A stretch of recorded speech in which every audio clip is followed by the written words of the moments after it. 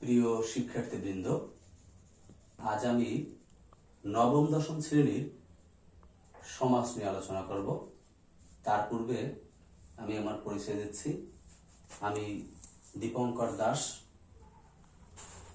সহকারী শিক্ষক বাংলা, ফুলরহাট মাধ্যমিক বিদ্যালয়।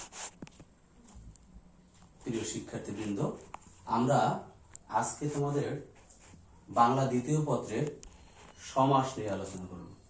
তো আমরা এই সমাস আলোচনা করার পূর্বে আগে জানতে হবে আসলে সমাস কি। এখানে আমরা দেখতে পাচ্ছি বোর্ডে যে সংকোচন, সংক্ষেপণ, মিলন, এই তিনটি কাজই সমাসের মাধ্যমে হয়ে থাকে। সংকোচন, সংক্ষেপণ আর মিলন।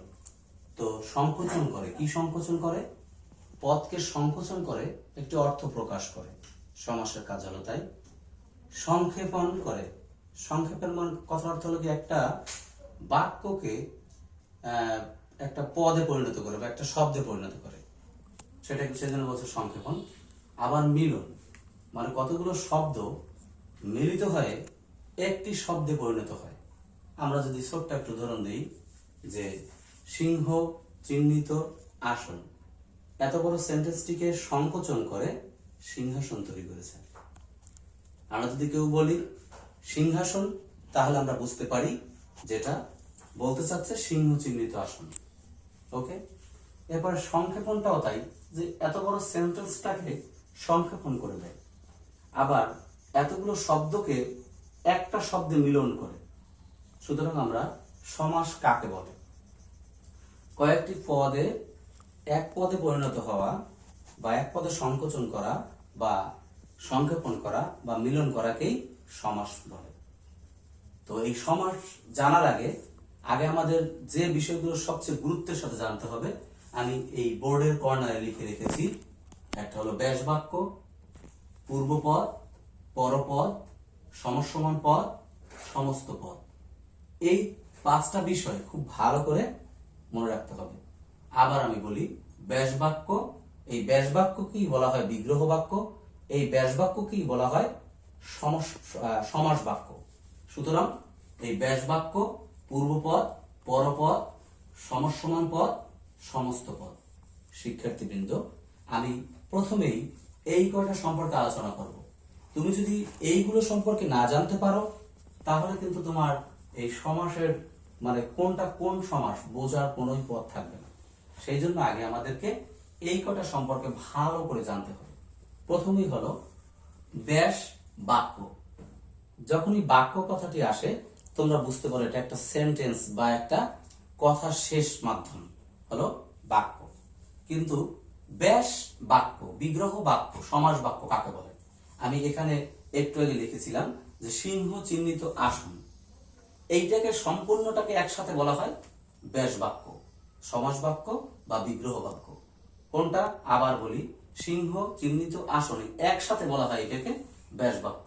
কেউ যদি তোমাকে প্রশ্ন করে তোমার ব্যাস বাক্য কোনটা, তাহলে তুমি অবশ্যই বলে দেবে মানে এই সিংহ চিহ্নিত আসন একবারে, এটা হলো ব্যাস বাক্য। তাহলে তোমরা সবাই বুঝতে পারছো ব্যাস বাক্য, বিগ্রহ বাক্য, সমাস বাক্য একই জিনিস গেল। এবার আমি আলোচনা করতে যাচ্ছি পূর্বপদ। পূর্বপদ সম্পর্কে সমাসের প্রথম পদটাকে বলা হয়, মানে ব্যাস বাক্যের প্রথম পদটাকে বলা হয় পূর্বপদ। শিক্ষার্থীবৃন্দ, তার আগে আমি একটু বলতে চাচ্ছি, এই পদ কথার অর্থ হলো শব্দ। সুতরাং এটা আমাদের মাথায় রাখতে হবে যে পদ কথার অর্থ হলো শব্দ।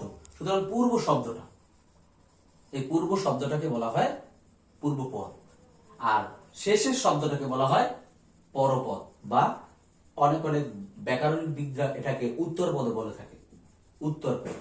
তাহলে পূর্বপদ এটা আর পরপদ এটা।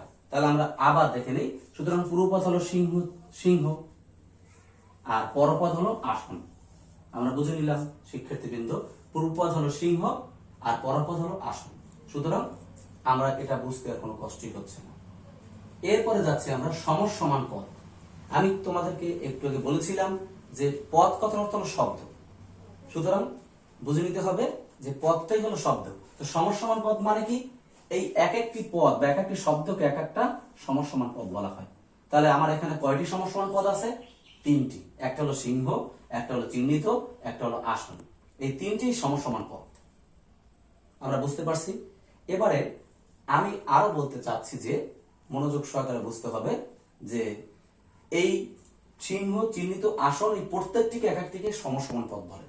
এরপর আমরা যাচ্ছি যে সমস্ত পদ কি। সমস্ত পদ হলো এটাকে মানে ব্যাস বাক্য বিগ্রহ বাক্যের উত্তর যেটা মানে মানে মানে ওটাকে বলে সমাস, সেটাই হলো গিয়া সমস্ত পদ।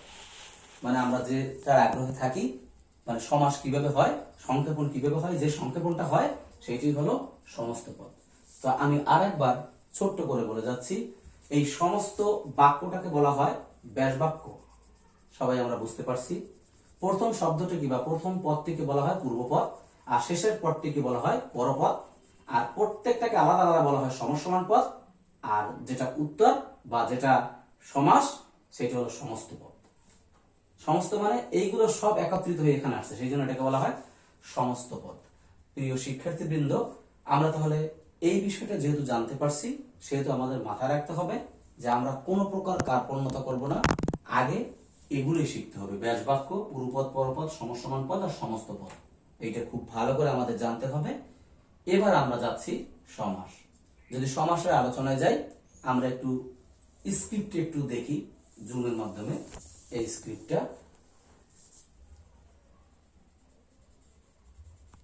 দেখতে পাচ্ছি। এবারে আমি এক এক করে স্ক্রিপ্টে জুমই থাকবে সেভাবে আমরা দেখব। সবাই একটু দেখি। আছে সমাস হলো 6 প্রকার। একটা হলো দ্বন্দ্ব, একটা হলো কর্মধারয়, একটা হলো তৎপুরুষ, একটা হলো বহুব্রীহি, একটা হলো দ্বিগু, একটা অব্যয়ীভাব। আমরা আবার বুঝে নেই যে প্রকৃতপক্ষে সমাস হলো 6 প্রকার: দ্বন্দ্ব, কর্মধারয়, তৎপুরুষ, বহুব্রীহি, দ্বিগু, অব্যয়ীভাব। তোমাদের বোর্ডের বইতে যেভাবে সিরিয়াল আছে সেই সিরিয়ালটি মেনটেন করেই এখানে করা হয়েছে। তো দ্বন্দ্ব, কর্মধারয়, তৎপুরুষ, বহুব্রীহি, দ্বিগু, অব্যয়ীভাব। এবারে আজকের ক্লাসে আমি এই তোমাদের 6টি সমাস সম্পর্কে আলোচনা করব, তার ভিতরে প্রবেশ করব না। পরবর্তী ক্লাসগুলোতে এক একটা ক্লাসে আমি দুইটা সমাসের ভিতরে প্রবেশ করব। সুতরাং আজকে তোমরা প্রাথমিক সমাসের জ্ঞানটা নিয়ে নাও। তো এখানে আছে দ্বন্দ্ব। ভালো করে বুঝতে হবে তুমি দ্বন্দ্ব সমাসটি কিভাবে চিনবে। আমি এখানে সংক্ষেপে লিখেছি পূর্বপদ ও পরপদের অর্থ প্রদান। এইটাকে যদি ব্যাকরণিক ভাষায় বলা হয় যে পূর্বপদ ও পরপদের অর্থ প্রধান রূপে প্রতীয়মান। এই প্রতীয়মান কথার অর্থ কি প্রধান থাকবে। হ্যাঁ, পূর্বপদ ও পরপদ, যেমন তাল ও তমাল। তাল হলো পূর্বপদ আর পরপদ হলো তমাল। দেখতে পাচ্ছি আমরা একসাথে এইটার যখন সমস্ত পদ হয় তখন হয় তাল তমাল। তাহলে আমরা বুঝতে পারলাম যে পূর্বপদের অর্থ এখানে আছে আর পরপদের অর্থ এখানে আছে। আমরা বুঝে নিলাম যে তাল ও তমাল মানে দুইটার অর্থ প্রধান রূপে প্রতীয়মান আছে। মানে পূর্বপদ হলো তাল, পরপদ হলো তমাল। তাল ও তমাল দুইটাই আছে এখানে। সুতরাং আমরা দ্বন্দ্ব সমাস বুঝতে পারছি। প্রিয় শিক্ষার্থীবৃন্দ, আমাদের মাথায় রাখতে হবে সাধারণত ও ধারা, সাধারণত, আমি কিন্তু সবটাই বলছি না, সাধারণত ও দেখলে পরে বুঝতে হবে এটা দ্বন্দ্ব সমাস। আমি আবারও বলছি, সাধারণত ও দেখলে পর বুঝতে হবে এটা দ্বন্দ্ব সমাস। ওকে, এরপর আমরা যাচ্ছি কর্মধারায়। শিক্ষার্থীবৃন্দ, কর্মধারায় সমাস বিশেষ্য বিশেষণ যোগে উৎপন্ন, মানে এই দুইটি পদের মাধ্যমেই এই সমাসটি উৎপন্ন হবে। বিশেষ্য বিশেষণ যোগে উৎপন্ন, সবাই বুঝতে হবে। পরপদের অর্থ প্রধান। পরপদের অর্থ প্রধান ভালো করে বুঝতে হবে। আমরা দেখতে পাচ্ছি বিশেষ্য বিশেষণ যোগে, যেমন হচ্ছে নীল যে পদ্ম, এই নীলটা হলো প্রকৃতপক্ষে বিশেষণ আর পদ্মটা হলো বিশেষ্য। সুতরাং একটা বিশেষণ একটা বিশেষ্য, এই দুইটা যোগে উৎপন্ন হয়েছে। এবং নীল পদ্ম মানে পরপদটা হলো পদ্ম। সুতরাং ওই পদ্মটা কি পদ্ম, এই পদ্মটার নাম কি? নীল পদ্ম। সুতরাং নীল যে পদ্ম, নীল পদ্ম। শিক্ষার্থীবৃন্দ, আমরা সকলে মাথায় রাখবো যে যেভাবে এখানে বিশেষায়িত করা হয়েছে সেভাবেই উদাহরণটা দেওয়া হয়েছে যে নীল যে পদ্ম। সুতরাং আমরা ভালো করে বুঝে নিব যে বিশেষ্য বিশেষণ যোগে উৎপন্ন, পরপদের অর্থ প্রধান রূপে প্রতীয়মান এবং নীল যে পদ্ম, নীল পদ্ম। আমরা বুঝতে পারছি। এইটা আমি সাধারণভাবে বুঝতে পারবো যে ধারা, কোন সমাসে যদি যে থাকে তাহলে আমরা একেবারেই বুঝতে পারবো যে এটা হলো কর্মধারয় সমাস সাধারণত। তাহলে আমরা আবার একটু মাথায় নেই, দ্বন্দ্ব ও ধারা বুঝতে পারবো আর কর্মধারায় বুঝতে পারবো যে ধারা। এবার আমরা যাচ্ছি তৎপুরুষ। একটু ভালো করে শুনবে। এই পূর্বপদে বিভক্তি লোপ, মানে পূর্বপদে তাহলে বিভক্তি থাকতে হবে। আমরা যদি পূর্বপদে বিভক্তি দেখি কিংবা কোন সমাসের মধ্যে কোন ব্যাসবাক্যের মধ্যে যদি বিভক্তি দেখি তাহলে আমরা প্রথম চোখে বুঝতে পারবো এটা তৎপুরুষ সমাস। তো পূর্বপদে বিভক্তি লোপ পাবে, লোপ মানে কি চলে যাবে, পরপদের অর্থ প্রদান হবে। একটা উদাহরণ দেওয়া হয়েছে, তোমরা দেখে নাও। মাকে হারা, মা হারা, এই কেটা হলো বিভক্তি, এই বিভক্তিটি লোপ পেয়েছে মানে উঠে গেছে, সাথে সাথে আর যেটুকু আছে মা হারা, সেই মা হারাটা এখানে হয়ে গেল। তো পরপদের অর্থ প্রধান রূপে প্রতীয়মান কিভাবে হলো? সে কি হারা প্রশ্ন যদি আসে, মা হারা, সুতরাং এই হারার অর্থে প্রধান রূপে প্রতীয়মান হয়েছে, সেই জন্য আমরা এটা মাথায় রাখবো। তাহলে আমরা বুঝতে পারলাম যে তৎপুরুষ সমাসে বিভক্তি থাকবে এবং বিভক্তি লোপ পাবে। তাহলে এই আরেকটা আমাদের সহজভাবে বোঝার উপায়, দ্বন্দ্ব সমাস ও ধারা বুঝতে পারবো, কর্মধারার সমাস যে ধারা বুঝতে পারবো, আর তৎপুরুষ সমাস মানে বিভক্তি দ্বারা বুঝতে পারবো। এরপরে যাচ্ছি আমরা বহুব্রী সমাস।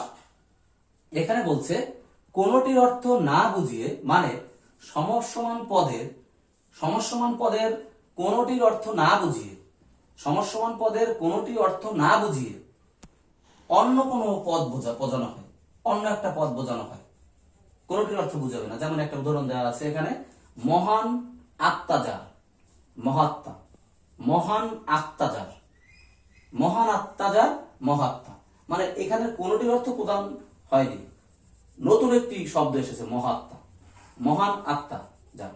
কোনটির অর্থ মানে এখানে বলতে আমি বারে বারে বলি, সমসমান পদগুলোর কোনটির অর্থ না বুঝিয়ে শুধুমাত্র এই মানে অন্য একটি অর্থ, নতুন একটি শব্দের তৈরি হয়েছে, এটাকে বলা হয় বহুব্রী সমাস।